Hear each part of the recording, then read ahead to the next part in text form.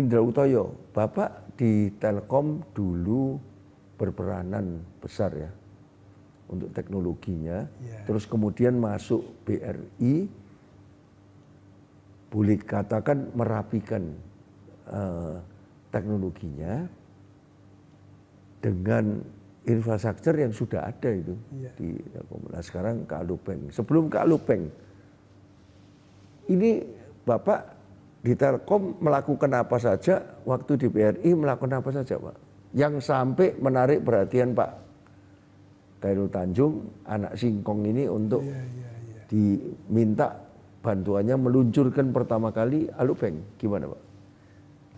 Ya di Telkom, mungkin karir terpanjang saya di Telkom Pak. Sangat teknologi itu ya? 30 tahun setengah di Telkom, dan memang 10 tahun terakhir saya direktur di Telkom. Nah mungkin kalau di sisi hal yang mungkin memberikan impact begitu, satu adalah di bidang bagaimana Telkom itu yang tadinya dulu Telkom itu dikelola dengan fragmented Pak, ada namanya model KSO ya. Jadi dulu ada 7 wilayah, 2 itu dikelola Telkom, 5 oleh mitra dengan model kerjasama operasi, Sumatera oleh Friends Telkom, kemudian Kalimantan oleh Cable Wireless dan seterusnya. Nah itu kan memang terbayang pada saat itu sistem budaya operasional itu beda-beda Pak. Gitu. Sementara pada saat kita bicara layanan sudah bicara end to end, maka ini sangat sangat fragmented begitu. Nah tugas saya waktu itu adalah bagaimana merubuhkan itu semua menjadi satu sistem. Jadi saya mentransform sistem bisnisnya Telkom, programnya waktu itu namanya Infusion Pak ya.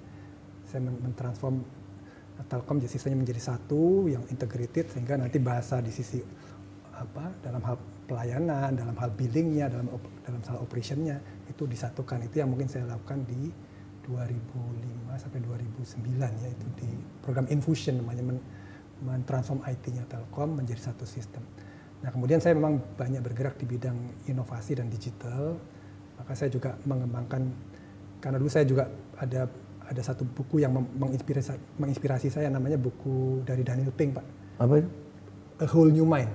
A Whole New Mind, ya saya tahu buku itu. Itu kan buku yang merubah bagaimana cara pandang kita bahwa sekarang dan ke depan itu bukan lagi bicara masalah IQ saja gitu kan, orang yang kerjanya dulu, kalau kita lulus dulu zaman era saya, orang tua pengen jadi insinyur, jadi dokter, akuntan apa gitu kan. Tapi ternyata ke depan tuh bukan lagi eranya itu, tapi eranya orang-orang yang membangun pola, kemudian entrepreneur, kemudian desain, estetika, spiritualitas. Jadi justru banyak otak kanannya. Maka terus saya pikir, ini ke depan eranya industri kreatif. Nah maka saya bangunlah di Telkom waktu itu ekosistem inovasi untuk membangun ekosistem, saya bilang ekosistem startup digital ya. Sehingga Telkom memang mulai merangkul ekonomi kreatif, karena ke depan eranya ide, eranya kreativitas, ya termasuk empati dan sebagainya. Jadi dari situ bangunlah namanya Indigo ya untuk ekosistem startup digital, dan sekarang sudah jadi icon di Telkom, ada Indigo dan ada sampai dengan ekosistemnya sampai dengan sekarang ya Indigo sampai dengan venture capitalnya yang terbesar sekarang ya, MDI Ventures. Itu mungkin yang tinggalannya yang di Telkom. Memang saya jadi bidangnya di teknologi dan di inovasi. Nah masuklah ke BRI. Di BRI memang ditugasi untuk membenahi IT dan transformasi digital. Memang waktu itu BRI kan bank desa ya, bank sangat kuat di grassroots begitu ya, hadirnya di mana-mana.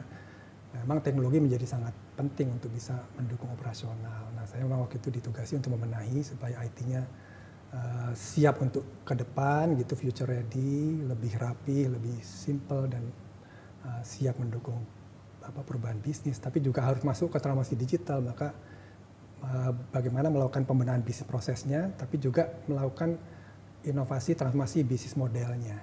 Nah maka saya waktu itu membangun transformasi digital dengan model-model bisnis yang baru, antara lain bagaimana bisa memberikan lending layanannya fully digital begitu ya, kemudian di sisi digital saving dan lain sebagainya yang betul-betul total fully digital yang menambah bisnis model baru bagi BRI ya, di samping yang tadi yang hybrid kan, yang ada pun dioptimize dengan aplikasi digital, tapi yang baru-baru juga dibangun bagaimana BRI juga menjadi sangat open kolaborasi dengan fintech, dengan e-commerce gitu, jadi model bisnis baru, termasuk BRI juga hadir di setiap banyak front end itu adalah hal yang dibangun sehingga BRI sekarang ada di mana-mana sebetulnya, di tetap organiknya di sisi kekuatan physical presence-nya juga kuat, tapi juga kapabilitas digitalnya dibangun masuk ke ekosistem, masuk ke berbagai partner-partner digital untuk ikuti journey-nya customer. Begitu Pak, jadi mungkin orang lihatnya oh Pak Indra ini ya orang teknologi tapi juga ada mungkin sedikit background bank, kira-kira gitu Pak. Enggak, saya lihatnya kok BRI kan saya dulu ikut konsultan BRI waktu IPO Pak. Bersama Pak almarhum Rujito, direktur utamanya, malah diangkat waktu itu koordinator konsultan waktu itu Pak, sama orang-orang asing itu, karena dia percaya saya tahu Indonesia. Nggak usah konsultan asing, Bapak ini yang tahu Indonesia. Tapi waktu itu ada 10 konsultan seragam, konsultan teknologi, apa malah harus terkoordinir oleh saya. Maksudnya supaya IPO-nya BRI itu nggak salah. Iya. Saya waktu itu bilang Pak, kekuatan BRI itu ada di desa, nggak usah malu-malu. Bapak tanpa desa nggak bisa loh Pak. Desa itu manusia.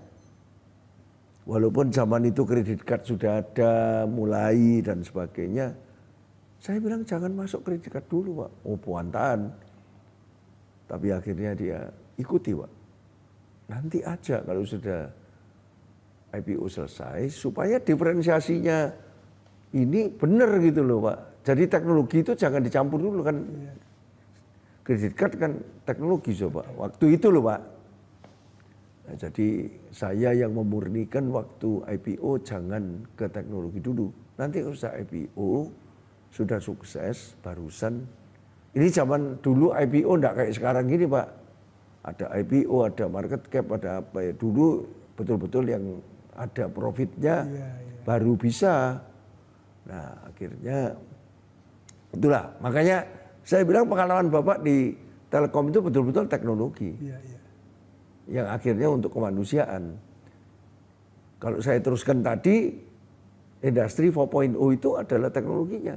Tapi society 5.0, orang Jepang itu gunanya apa untuk manusia? Terutama manusia aging kalau di Jepang itu harus pakai drone ngangkut makanan ke orang-orang tua. Bisa enggak gunanya kalau malah merusak manusia? Jangan. Nah itu Pak, makanya saya tertarik marketing 5.0 bahwa ada values-nya, bukan value tok. Nah, jadi makanya Semar itu yang bapaknya 3 anak ini kreatif, Bagong, lucu, ide banyak. Ini Petruk, solusi, innovation. Entrepreneur itu adalah gareng buat saya.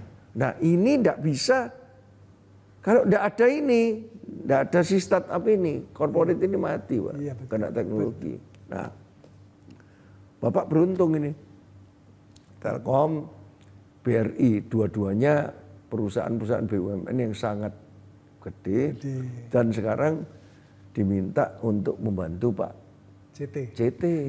Luar biasa nih Pak CT ini marketing of the year kita berapa tahun yang lalu sudah juara umum, karena saya bersama juri-juri saya melihat bahwa ini aneh Pak CT ini bisa mempunyai ya pendapat 3 kaki ya, bank, retail sama media Pak. 3. Jadi sekarang gimana nih Alo Bank ini, kalau Bapak ngomong mengenai hybrid modelnya di Alo Bank ini kayak apa ini Pak? Iya, jadi saya rasa dari Pak CT sendiri memang mungkin beliau punya aspirasi atau harapan bagaimana bisa si Telkom ini relevan ke depan kan gitu Pak ya. maka harus ditransform sebetulnya. Nah, oleh karena itu memang muncullah ide Alobank ini. Nah, Alobank ini kalau saya bisa bilang ini ada sebuah platform digital di tengah-tengah dari ekosistem bisnisnya Citicorp gitu Pak. Ya, sudah ada ya, ekosistemnya. Nah, sehingga hybridnya itu di situ Pak. Jadi memang bagaimana digital platform berpadu dengan ekosistem baik ya online ketemu dengan offline gitu kan. Online digital ketemu fisikal juga.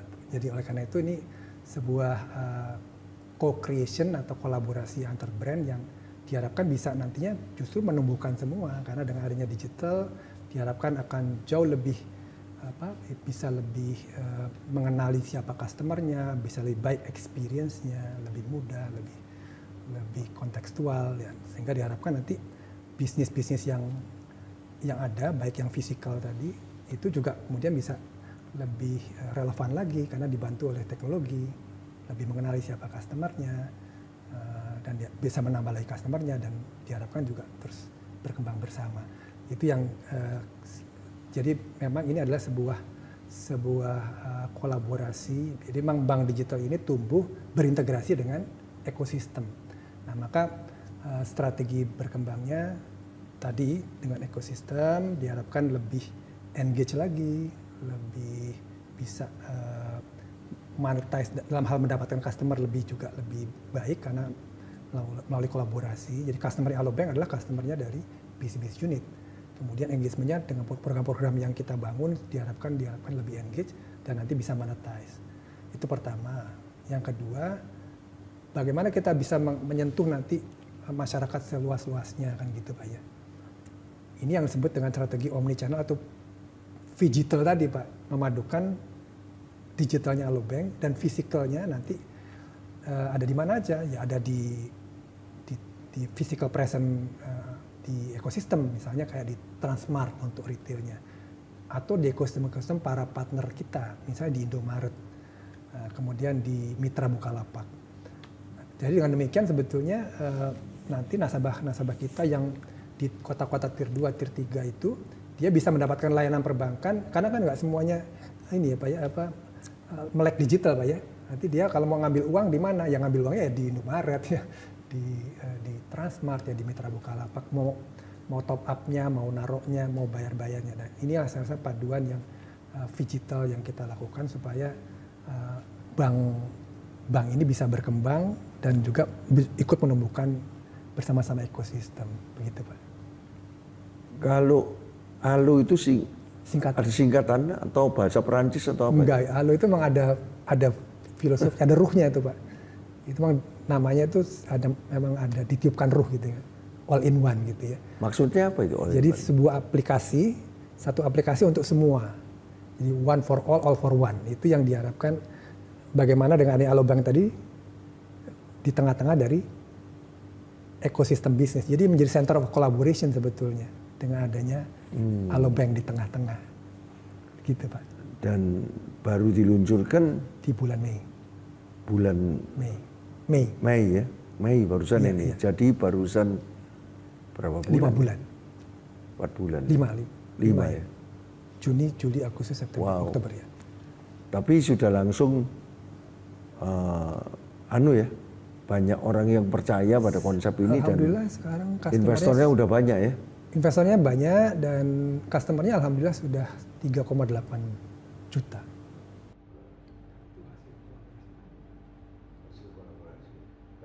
Internal ya, belum eksternal ya. Sekarang memang masih kolaborasi dengan Citicorp. Maksudnya ekosistemnya masih internal. Di dalam tuh. Tapi dalam proses ini kan kita sedang dengan para pemegang saham kita, dengan Indomaret, dengan Bukalapak ini kan juga sedang berproses ya, mudah-mudahan di Desember sudah mulai. Pasti membuka diri tuh untuk. Iya, memang kuncinya di era, karena tadi ya sebetulnya kan kelahirannya ini ada mantranya, ada purpose-nya Pak ya, yaitu bagaimana Alobank ini bisa memberikan experience a simple life, memberikan kemudahan dalam kegiatan aktivitas kehidupan nasabahnya kan gitu. Ya itu teknologi humanity Pak. Betul. Jadi teknologi ini, sistem ini untuk supaya customer itu experience-nya luar biasa. Betul. Makanya Pak CT taruh putrinya sendiri ya untuk Betul. customer experience Customer officer. betul. Jadi CEO-nya 2 ini sebetulnya Bapak sama. Ya, jadi kalau CEO-nya namanya CEO Mbak Putri, saya presiden director. Oh, makanya enggak ada CEO, Chief Executive Officer ya. Ada Chief Experience Officer Mbak Putri. Oh, gitu. Ya. Ngerti sekarang. Biasanya kalau kita enggak ngomong bank digital tok, tetapi ikutannya dengan ekosistem, biasanya tetap diperlukan realnya dalam bentuk last mile. Loh. Betul. Nah, apakah grup ini nanti akan masuk ke last mile? Kalau kita bilang tadi kita tumbuhkan 100 gitu Pak, nah kita berharap nanti 50 aktif. Nanti 10 yang monetize gitu ya. 10 yang? Jadi 10 yang nanti akan mengkonsumsi produk-produk lending, produk pay later atau instant cash-nya gitu. Karena duitnya kan kalau bank dari pinjaman Pak ya. Kalau dari payment kan mungkin relatif service itu. Service saja gitu.